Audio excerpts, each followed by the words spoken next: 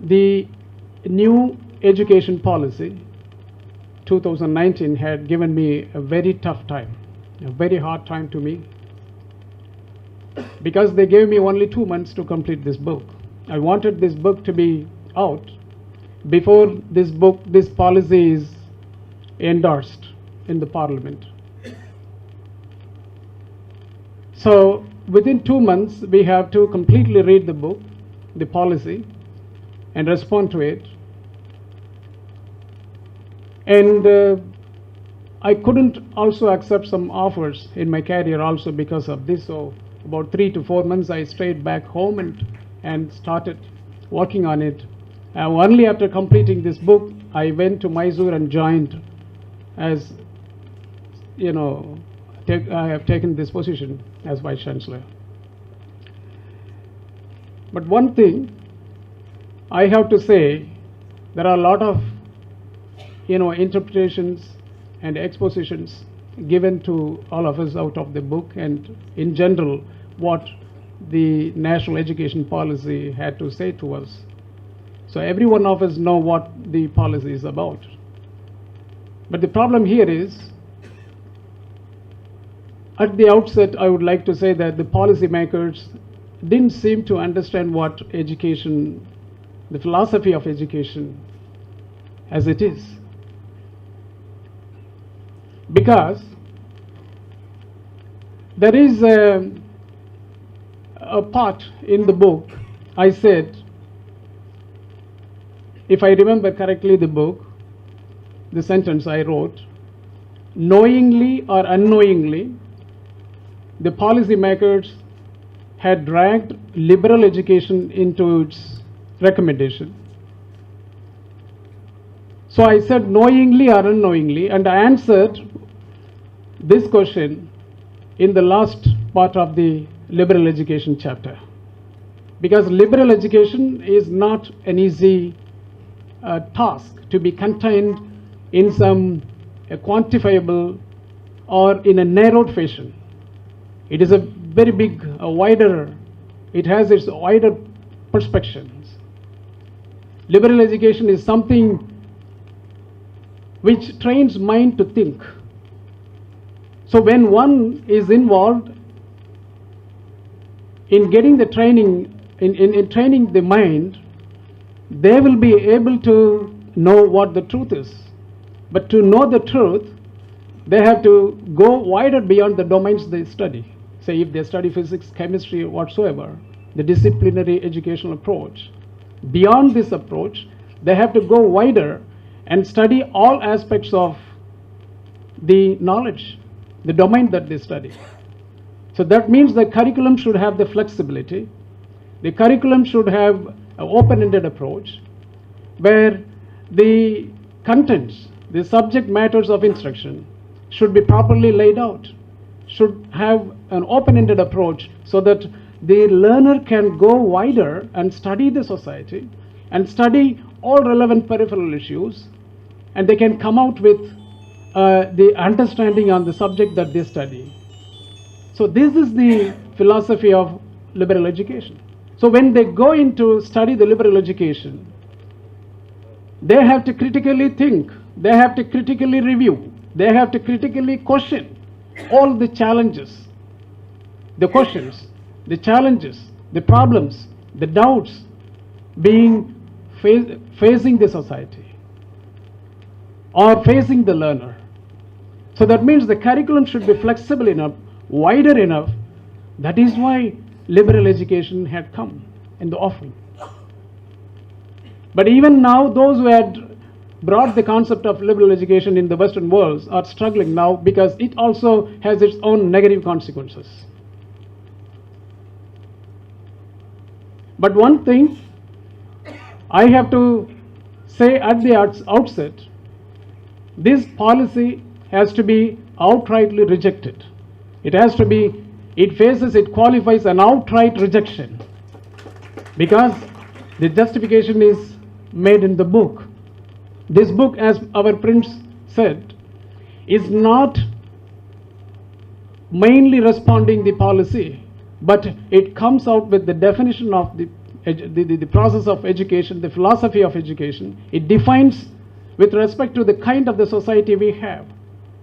Education is society driven. Education is a social function. That is why I said that society driven education must be there, not the nationalistic education. The reason is, nation is good if the notion of all people are reflected in nation building. In the way in which the nation grows, evolves, it must be able to reflect all aspects, all aspirations of the people, the aspirations of all people, all segments of the society. The likes, the dislikes, the wants, the requirements, and the problems, the challenges, all should be reflected in nation building. Only then the nation is going to serve back to the society. Otherwise, that nation will be serving only those who had defined the nation. That means a nation is a notion of the people. If the notion is unsegregated, if the notion is aggregated, if the notion is an aggregative process of all notions of all segments of the society, then it will fulfill the aim of the nation. Otherwise, that nation is not going to do anything to the members of the nation. So that means it is very hard to believe or understand the concept of nation, because the nation always, when we accept, it will always be built on nationalism. What is nationalism then? Nationalism is nothing but a state of mind. A state of mind that this is my nation, this is my identity, this is my language, this is my culture, and this is my value. This is collectively what is represented as nation. Nationalism, what makes the nation. So that means this nationalism must be able to represent all walks of life. Otherwise, it is not a nation. Now, our Professor Anil, in his speech, said that the nationalism is working against a nation. That is true. Because this nationalism that what we have, like Hindutva, whatsoever they are calling now, is working against the nation itself. It is making its own grave. So that means the nationalism should be cautiously received and understood by the members of the society. Otherwise, we are going to lose. We cannot. It is not, reversible if we lose now. Whoever said nation had used nationalism to maintain the status quo of the society, of those in the helm of the affairs of the society, those at the helm of the affairs of the nation.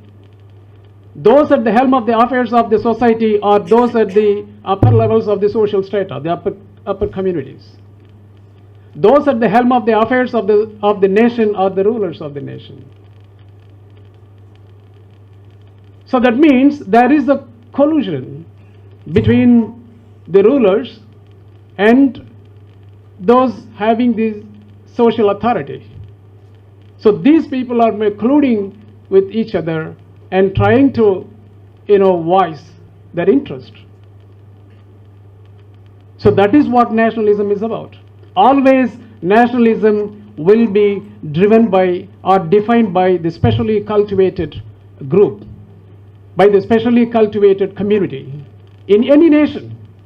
Because we have caste system, a hierarchically degraded caste system we have, social structure we have. It may not have in other parts of the world. In the United States, it's something different.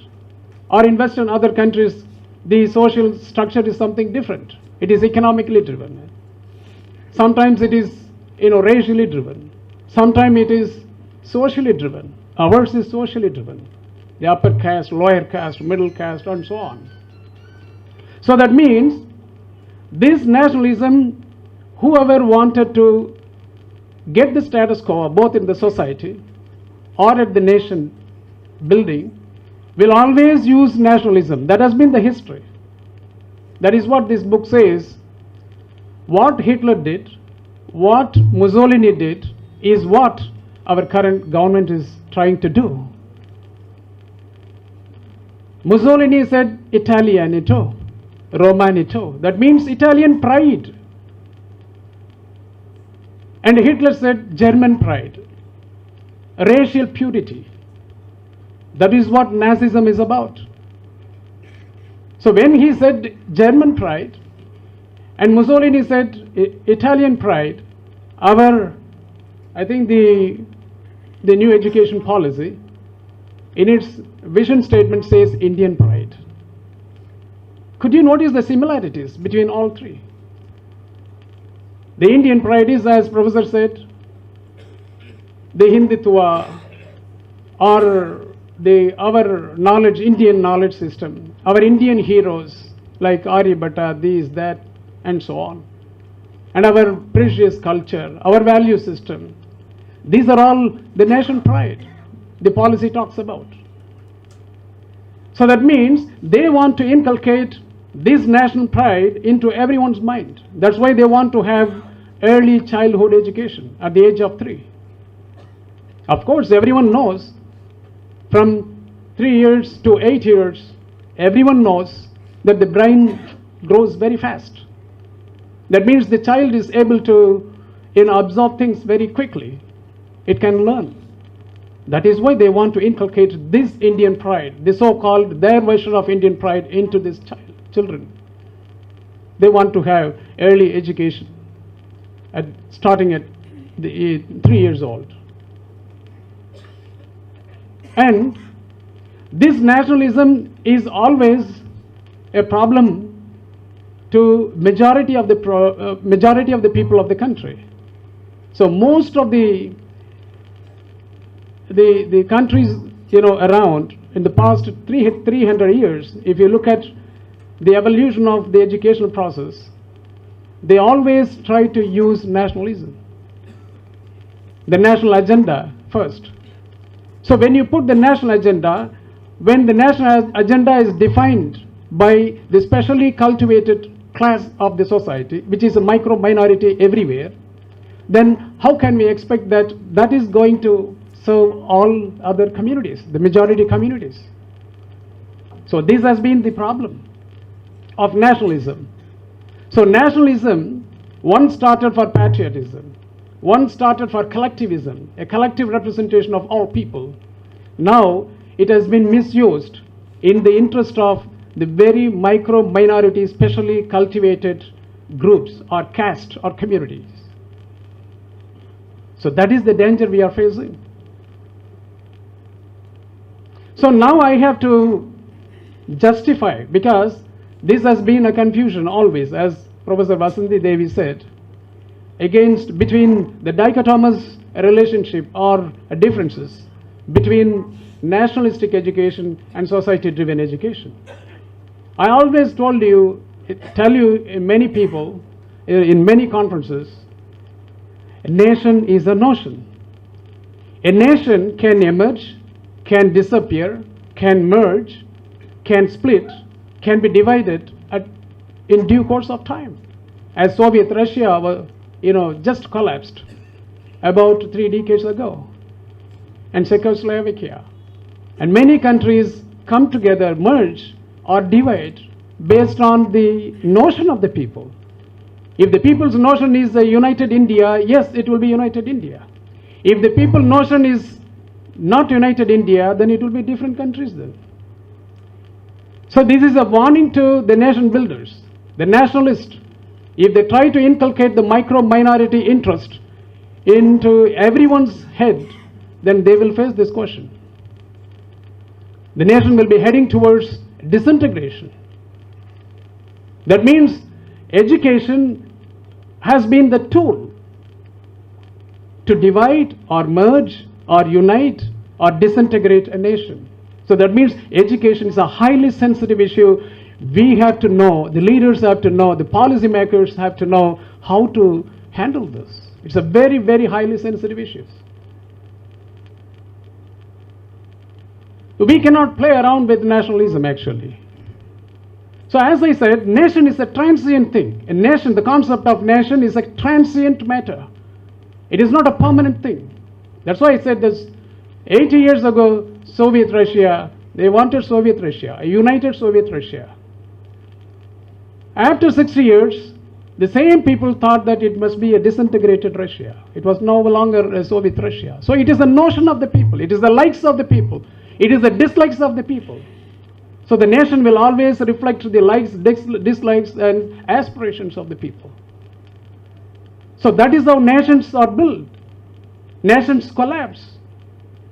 So that means nationalism is always a temporary thing. It's not a permanent matter. But what is permanent is society. Society used to have 3,000 years of 5,000 since in time immemorial.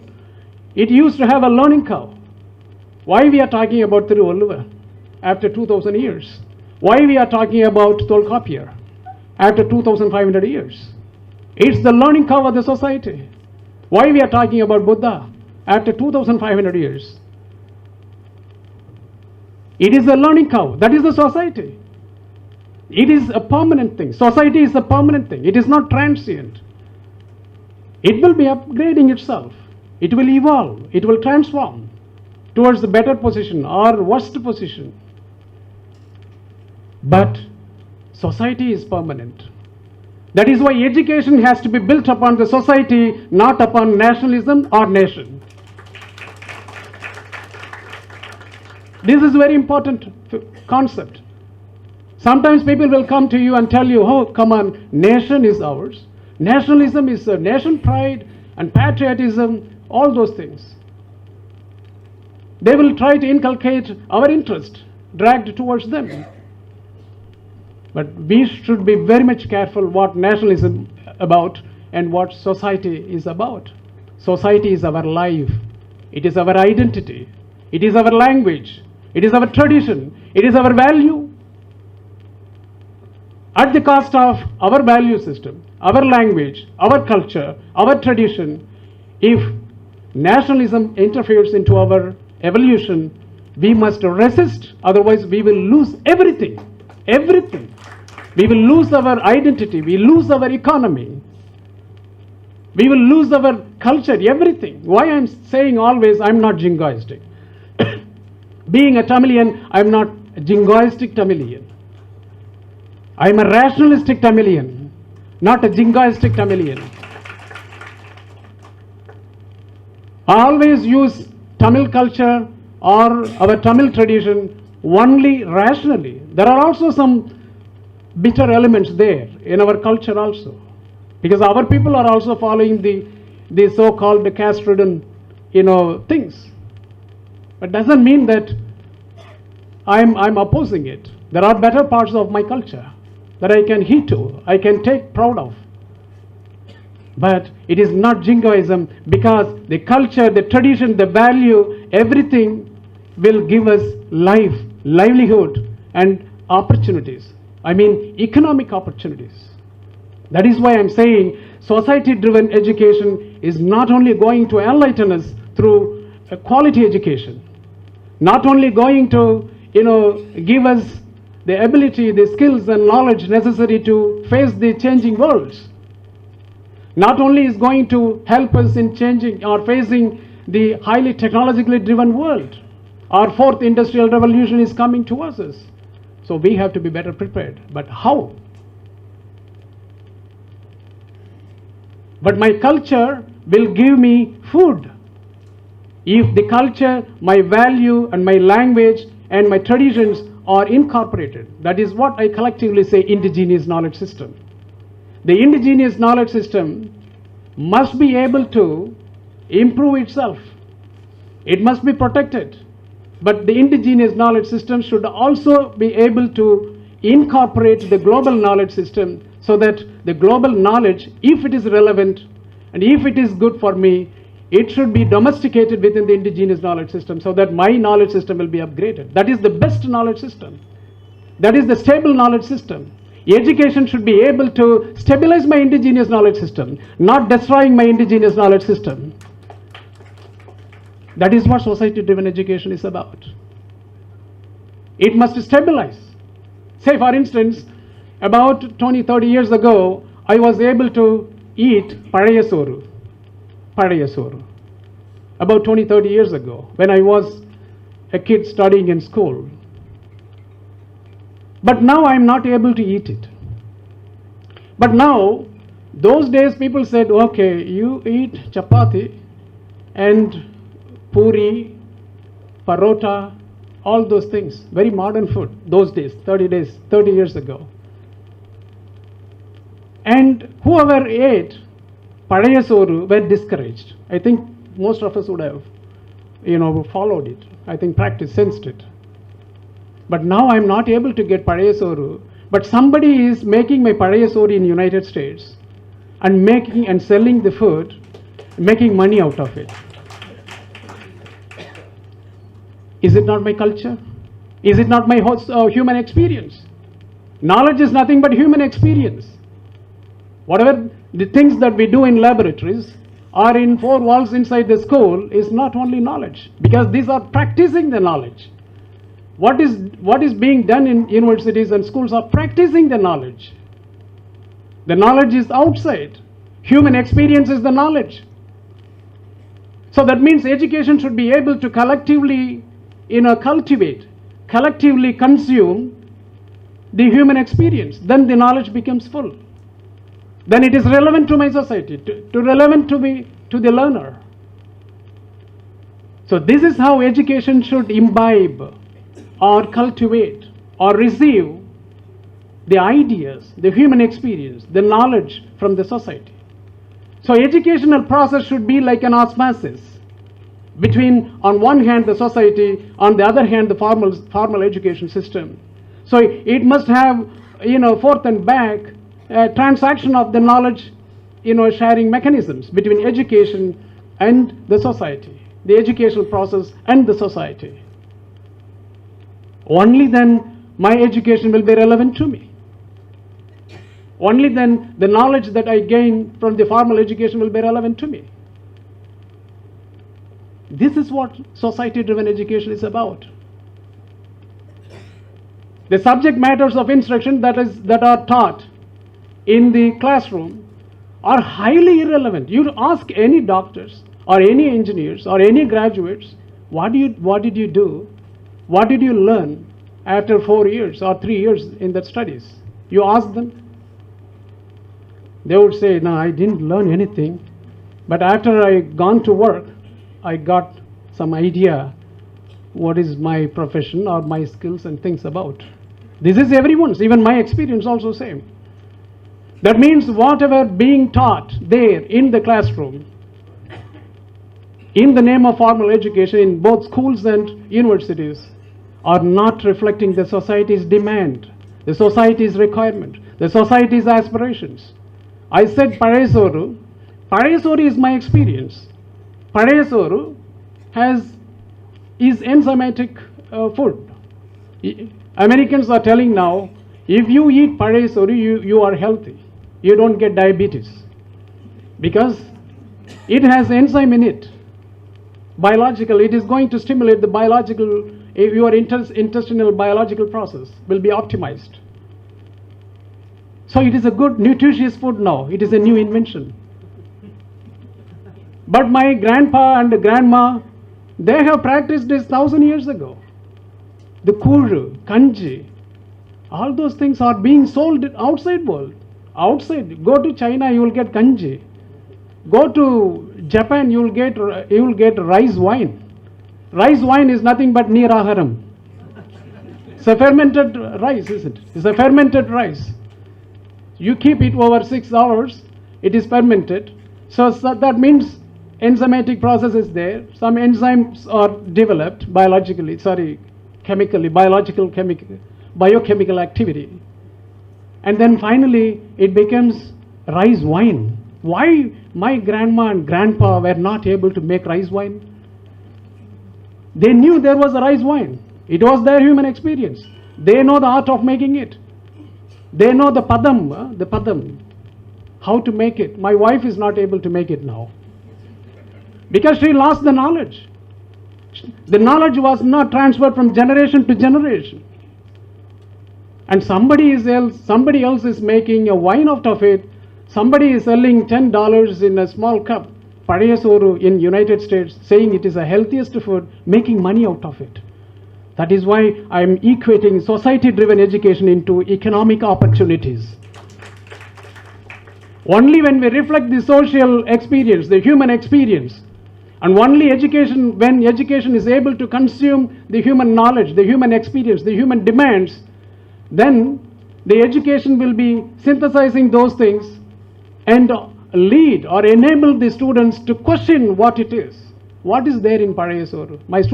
I would have asked myself, had I got an education, a critical pedagogy kind of educational approach, I would have asked, what is there in my Padayasoru? I would have invented rice wine 30 years ago. But my education didn't allow me to do that. They told me Padayasoru is nonsense. So I lost my opportunity to become a millionaire, my people to become millionaire, and get all my experience, my human experience would have been converted into economic opportunities. So there is a linkage between society-driven education and economic opportunities.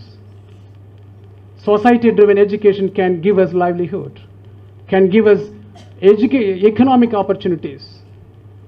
So it can also give us job. So this is what we are talking now. So that is why my answer to the first part is, as opposed to society-driven education, nationalistic education is a nonsense, and it has to be ridden away from the country once for all. Because this nationalistic education is the sensitizing, indoctrination of the ideologies of the value system of the micro-minority communities. It is an indoctrination. So that should be once for all rejected. After 30 years or 20 years, I don't want somebody to go out and come back, say, I want to have the age old, back to the basic and get my value system regained. It cannot happen because education is irreversible. Once you step into it, you have to suffer after some time. So that is why nationalistic education is highly, highly dangerous. It will always reflect the specially cultivated group of this micro-minority group of the larger society. So we have to reject it. This is one part. So with this philosophical dichotomous analysis between nationalistic education and society-driven education, I went across throughout the book, addressing each and every aspect of the recommendations of the national education policy, and then proposed alternate solution in a different context, in a society-driven educational context. What are all the solutions? So this is what collectively we call it is. So professor was saying the complex, the school complex system. Professor Anil was saying the dangerous, the plot involved in the school complex systems. The school complex system is has been devised to promote private education only. Because, who said so? The WTO GATS organization, where the government of India in the year 2005 entered into, made its offer to accept the conditions of the WTO and GATS. The GATS consider education as a trade and as a commodity. So that means as a trade and commodity, the government of India should open up the gate, everyone should come inside and establish their business. So this is the aim of the GATS. So with this aim, everyone is invited, and people are now coming and taking the services from India and outside India. So there has been a turbulence happening now. So what will happen after a couple of years is that most of the educational services in India will be outsourced to outside in the digital world, and the outside world will serve us in the name of education. So this is what is going to happen, and the GATS advised, it is a mandate in the guards that the government cannot fix fees.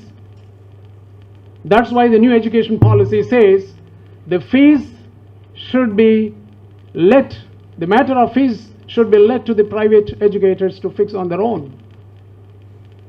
So what does it mean then? So they want to have a school complex system, diluting the existing schools, the government or public schools in the villages. The government that means the government has decided not to go ahead with new schools. Instead of revamping the schools, existing small schools, it says that the small schools are not capable to run fully, so they want to merge it with some bigger schools. That is the school complex system. So this means they are going to combine all small schools with big schools instead of promoting or upgrading the small schools into bigger schools. So this indicates that the government is not prepared to start new schools. Then who will start new schools? Already 40% of the students studying in schools are private schools. And about 78% of the students studying in higher education are in private higher education institutions. So soon, in another 10 or 20 years, it is going to be highly privatized. So that means we are facing a very, very big, tough problem. In the name of liberalization, liberal education, they are trying to bring all subject matters of instruction as per the aspirations of the nation state and the specially cultivated class of the society, and they are trying to inculcate those set of mindsets. It is the state of habituating the mindset. That is what nationalism is about. And they try to inculcate that mindset into us, and so that we will be formed into that shape over a period of time. Then they will get one nation, one identity, one language, or whatever the one value that they want to impose on it. So that is why they want a liberal education system. Liberal education means there is a flexibility. You can send anybody into the educational institutions to teach. They have national tutors, they have national heroes. They are all going, these heroes are what? Maybe they may have, the all suffering people might come to schools and colleges and they are going to teach. This is what the new education policy says. So under the current system, they cannot do so. The reason is education is education. It has its own process and protocols we have to follow. Whereas these people are trying to bring the use in the name of flexibility, because liberal education gives flexibility. Using this flexibility, they want to sneak into the education process and inculcate whatever the interest they have into the curriculum, into the subject matters of instruction. So this is what all about. Vocational education, our brother said. Vocational education is heading towards a dissent-based vocational education. Dissent-based vocations. Kula Kalvi. That is what vocational education is about. So all those, the recommendations, the policies, and all, operative suggestions given by the policy is everything could be framed as a nationalism. That's it. Nationalism is the only thing that drives them to train or educate our minds in one direction as they aspire. So this is what happening. So there are on reservation and on the examinations, competitive examinations like NEET. One thing I would like to say about the competitive examination, there are many countries conduct competitive examinations, like United States, Europe, everybody. They do the competitive examinations, entrance examinations, only for the purpose of, it is like a scholastic test, because they have different versions, different sort of schoolings. It is not, there is no proper a centralized curriculum there, because it is not regulated. In United States, who is regulating education? Only district is regulating education. In US, not the state even. The state doesn't have a policy. In United Nations, in United States, there is no policy at all. There is no regulatory mechanism. This district level people are giving the input. They are together with the educationists devising the system, the curriculum, the subject matters of instruction, and the textbooks, everything. It is highly localized. That means they can reflect to the local worlds and think globally. That is what happening in Finland as well.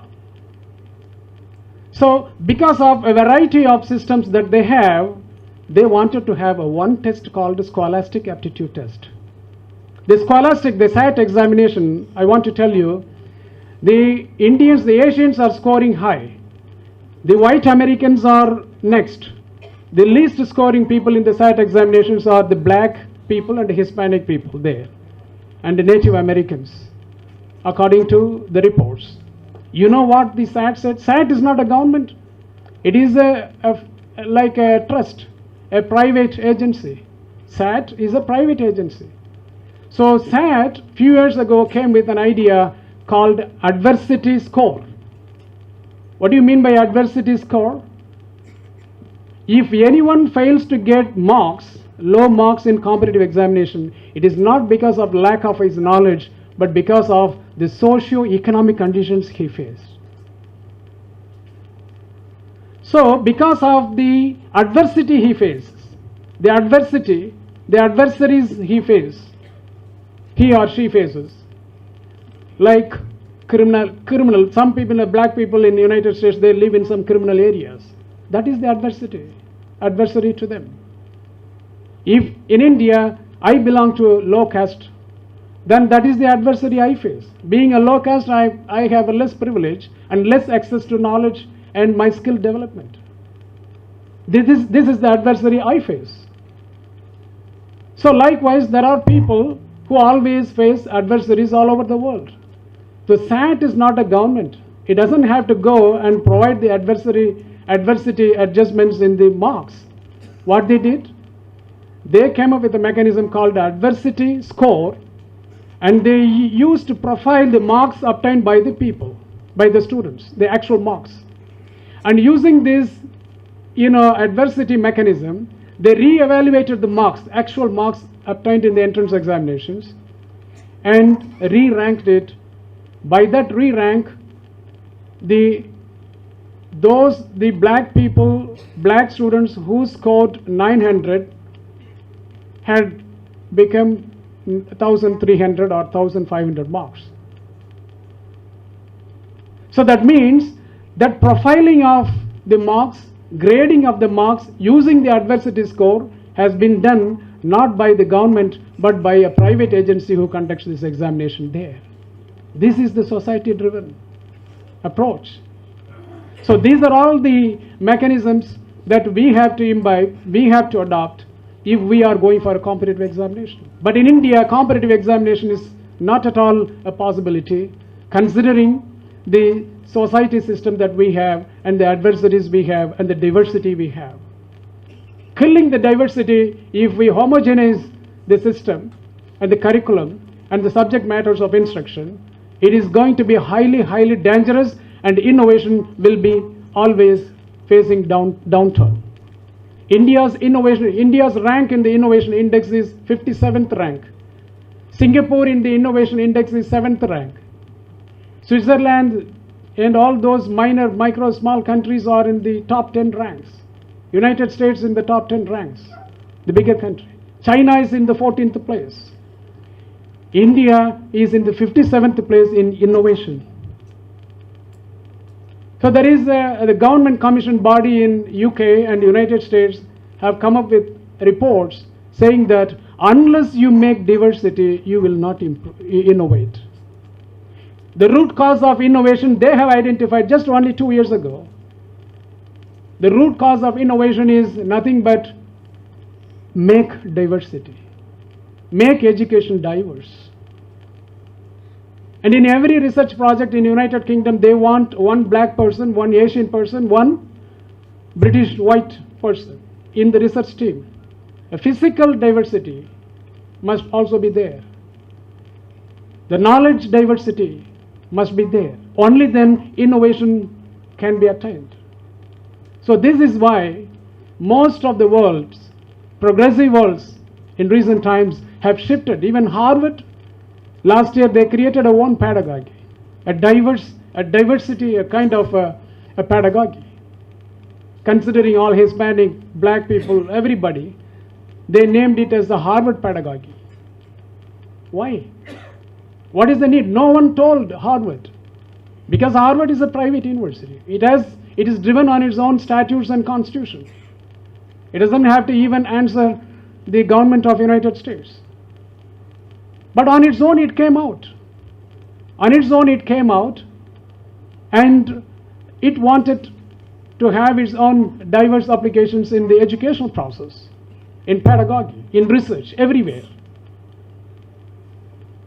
And the white people went to the court, the Supreme Court in the United States. Those who objected Harvard University went to the court. The court declined. Harvard University is right, because it is a science. It is not just only out of empathy and sympathy they wanted to practice diversity. Harvard wanted to practice diversity in its education process because it is giving them an edge to achieve innovation, to promote knowledge, to produce knowledge. The knowledge productivity will be high. The skill levels attained out of these diverse educational applications will be very high. So that is why Harvard is practicing. As if Oxford, Harvard, everybody is now looking for an opportunity to revamp, to restructure everything as if they started only yesterday. Oxford is about 1,000 years old university.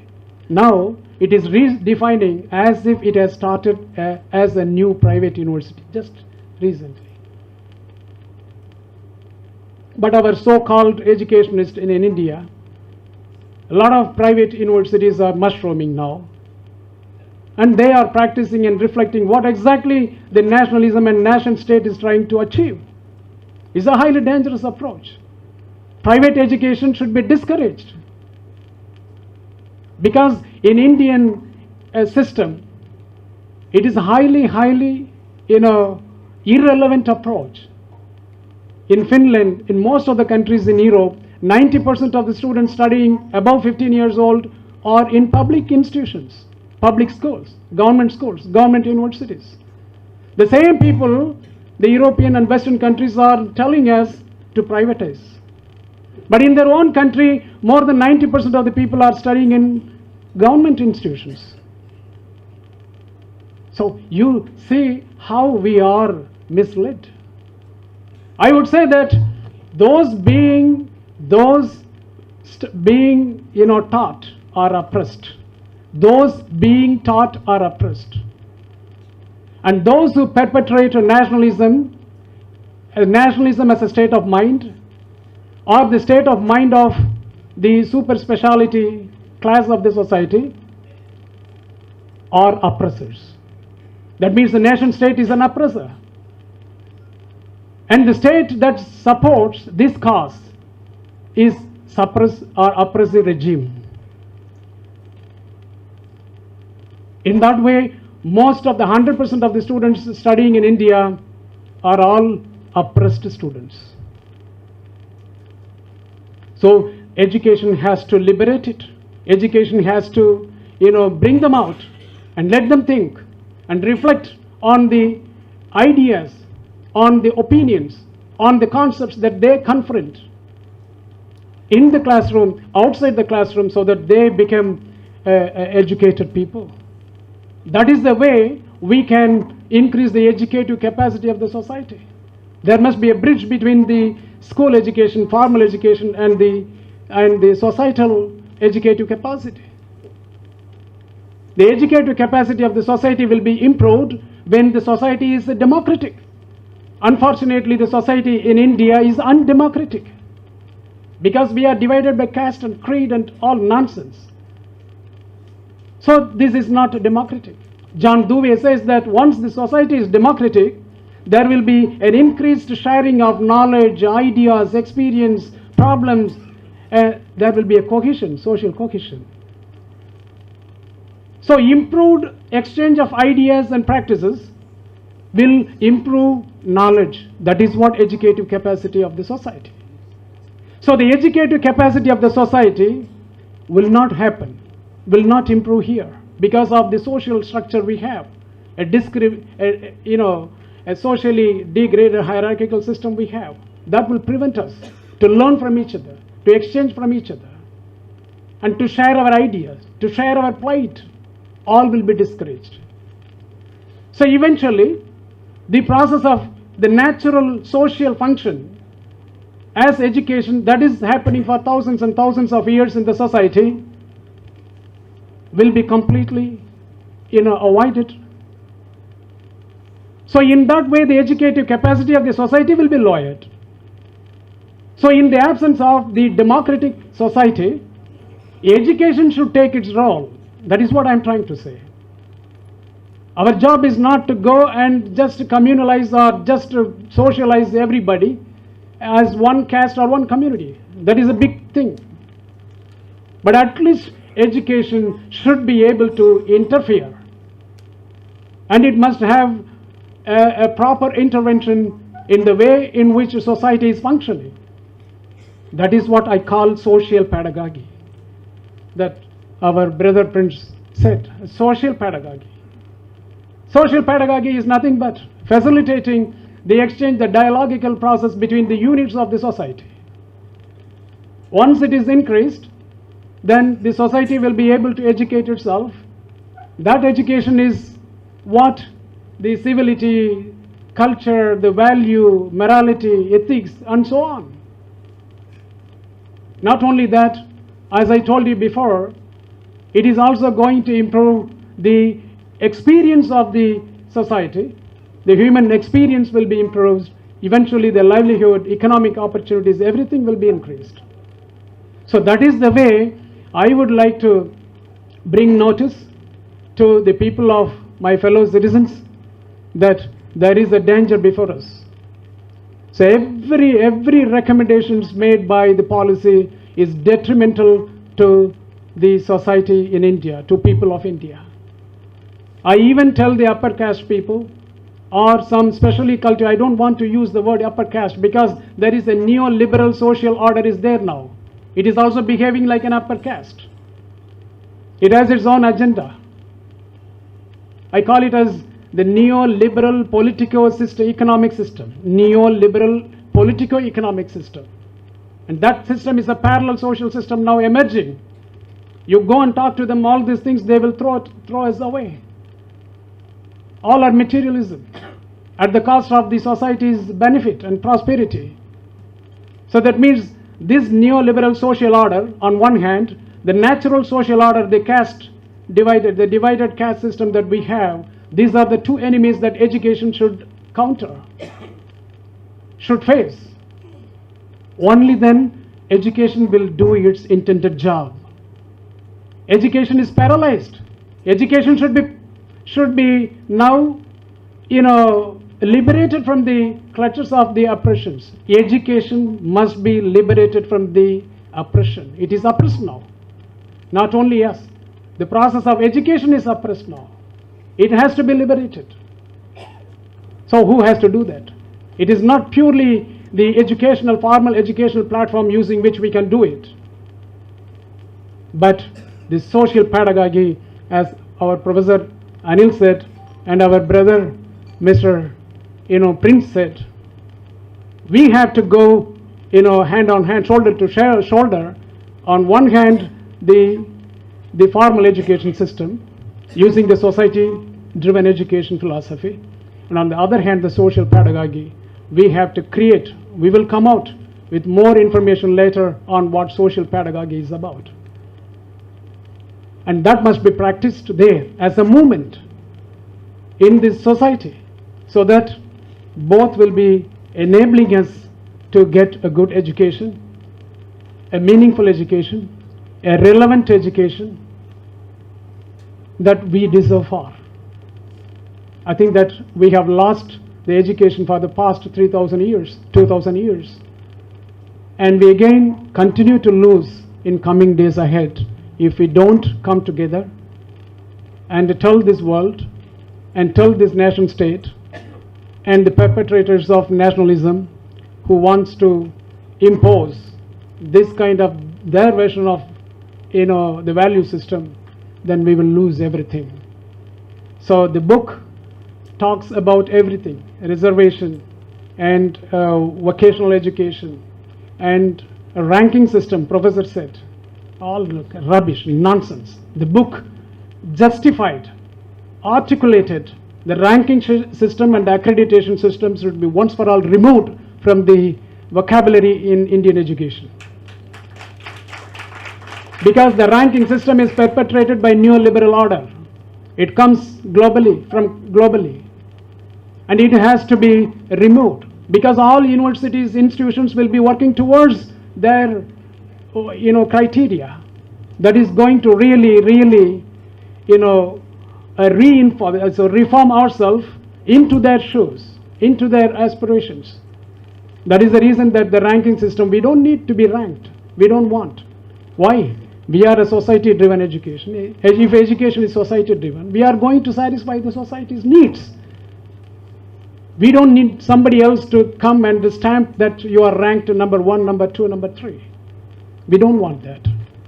So the ranks, everything, every aspects of the educational processes have been rightfully addressed in the book with respect to society-driven education. It is not opposing anyone, even to those, the perpetrators of this country, who wants to inculcate their version of nationalism. To them also, we tell you that this society-driven education will also liberate their children, not only ours. So we are not against anybody. We are for all. This education is the only inclusive education that the government of India or this nation deserves for. We are not going to oppress anyone in return, to return our history, to repeat the history. But we are working for the interest of everyone, and our first aim is to liberate ourselves through a meaningful, relevant, society-driven education. So I think that we have initially had an opportunity to share few ideas, but I took long time. Sorry for taking some time. And the Tamil Nadu Progressive Writers and Artists Association, please don't look at it with respect to their own doctrines and dogmas. They have also. But beyond that, they have taken this in the interest of this nation and society. So that means it is not their job, it is not my job, it is not our brother's job, but everyone rightfully, as said by our brother Mr. Prince, that we will be considered as drohi if we don't do that. Please, let us propagate this mission, let us join hands together and work for the cause. And I would like to thank everybody, and Professor Anil had to listen me for half an hour or more than that. I'm sorry, Professor, for making you to listening me. You are my guru and you are our mentor, and I'm sorry I have taken in your presence. Thank you, Professor, and thanks everybody for the opportunity.